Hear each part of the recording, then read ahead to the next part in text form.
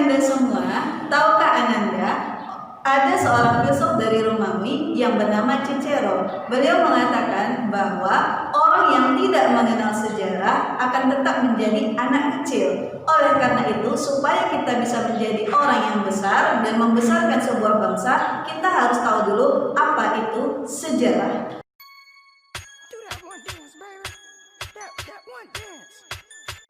Assalamualaikum warahmatullahi wabarakatuh. Apa kabar Ananda semuanya? Mudah-mudahan Ananda tetap dalam keadaan sehat walafiat.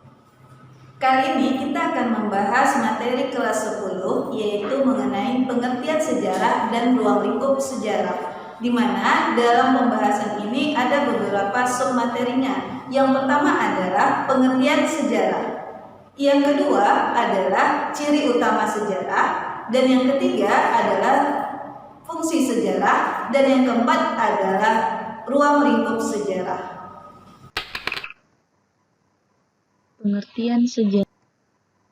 Pengertian sejarah secara etimologi atau bahasa ada dari bahasa Arab yang berasal dari kata syajarotun yang berarti pohon. Sejarah diibaratkan sebuah pohon yang selalu tumbuh dan berkembang seiring berjalannya waktu. Selain itu, sejarah juga diibaratkan sebagai silsilah manusia. Kemudian dari bahasa Inggris yang berasal dari kata history, artinya masa lampau. Dari bahasa Yunani berasal dari kata historia yang berarti ilmu atau orang pandai. Sedangkan dari bahasa Belanda yang berasal dari kata geschiedenis yang artinya sesuatu yang telah terjadi. Nah, dari beberapa bahasa tersebut, maka bisa kita simpulkan sejarah adalah ilmu yang mempelajari peristiwa yang terjadi pada masa lampau. Kemudian pengertian sejarah menurut para ahli. Kita ambil 3 ahli yang sering keluar dalam soal. Pertama adalah Herodotus, yang dikenal sebagai bapak sejarah. Menurut Herodotus, sejarah adalah sebuah kajian yang menceritakan jatuh bangun atau perputaran masyarakat, tokoh, dan bahkan sebuah peradaban. Jadi, sejarah itu geraknya melingkar, bukan ke atas ataupun ke bawah. Kemudian yang kedua adalah Kunto Wijoyo.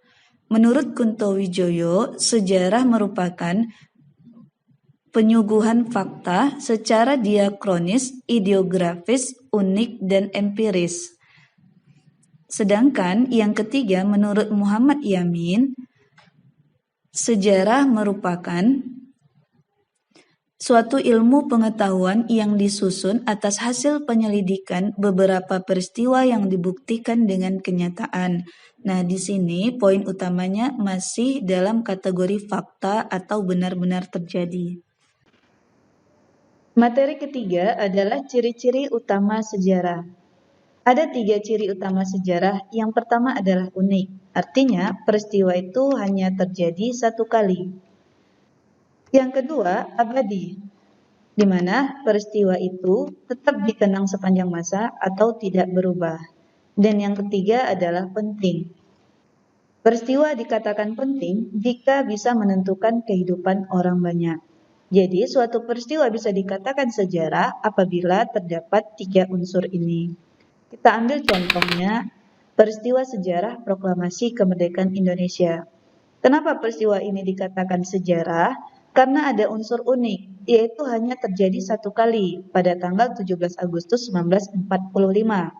Sementara untuk 17 Agustus tahun-tahun berikutnya, itu hanyalah perayaan atau peringatan. Kemudian ada unsur abadinya, di mana proklamasi ini tetap dikenang sepanjang masa atau tidak pernah berubah. Dari dulu sampai sekarang, teks proklamasinya tetap sama. Kemudian, unsur penting,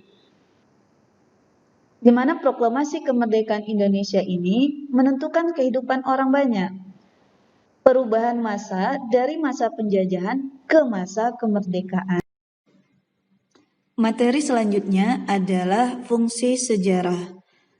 Fungsi sejarah ada 4. Yang pertama, edukatif, yaitu sejarah memberikan pengajaran. Yang kedua, rekreatif, di mana memberikan petualangan intelektual atau berekreasi ke masa lampau. Yang ketiga, fungsi inspiratif, yaitu membangkitkan motivasi ataupun inspirasi.